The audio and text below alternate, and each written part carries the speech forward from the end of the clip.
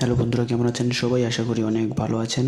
তো বন্ধুরা, আপনার মোবাইলের টাচ উল্টাপাল্টা কাজ করছে। এক জায়গায় ক্লিক করলে ক্লিক লাগছে অন্য আরেক জায়গায়, এবং মোবাইলের টাচ ঠিক মতন কাজ করছে না। এরকম সমস্যাগুলো কিভাবে সমাধান করবেন দেখুন। আপনার মোবাইলের টাচ যদি উল্টাপাল্টা কাজ করে তাহলে অত্যন্ত একটি বিরক্তকর বিষয়। তাই এই ভিডিওতে এমন একটি গুরুত্বপূর্ণ সেটিংস দেখাতে চলেছি।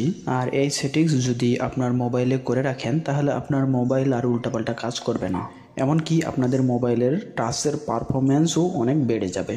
তাহলে চলুন শুরু করা যাক এই গুরুত্বপূর্ণ সেটিংসটি কিভাবে করবেন। তো শুরু করার আগে আপনাদের কাছে ছোট্ট একটি রিকোয়েস্ট, চ্যানেলে যদি নতুন হয়ে থাকেন তাহলে চ্যানেলটিকে সাবস্ক্রাইব করে আমাদের সাথেই থাকবেন।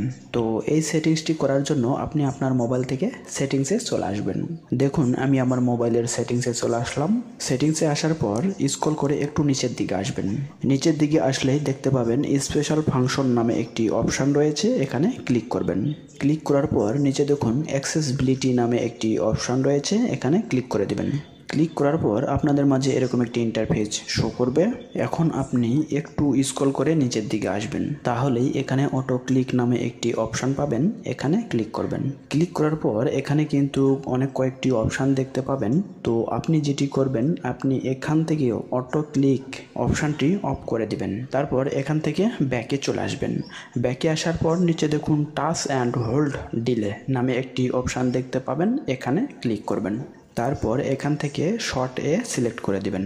এখন উপরে দেখুন রিমুভ অ্যানিমেশন নামে একটি অপশান আছে, এটা যদি আপনার অফ করা থাকে তাহলে এটাকে অন করে দিবেন। তাহলেই আপনার মোবাইলের টাচ উল্টাপাল্টা কাজ করবে না, আর টাচের পারফরমেন্স অনেক বেড়ে যাবে।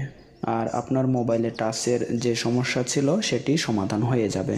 তো বন্ধুরা, এই ছিল আজকের ভিডিও, কিভাবে আপনার মোবাইলের টাচের সমস্যা সমাধান করবেন। ভিডিওটি দেখে যদি একটু উপকার হয়ে থাকে তাহলে চ্যানেলটি সাবস্ক্রাইব করে আমাদের সাথে থাকবেন। ওকে, ধন্যবাদ।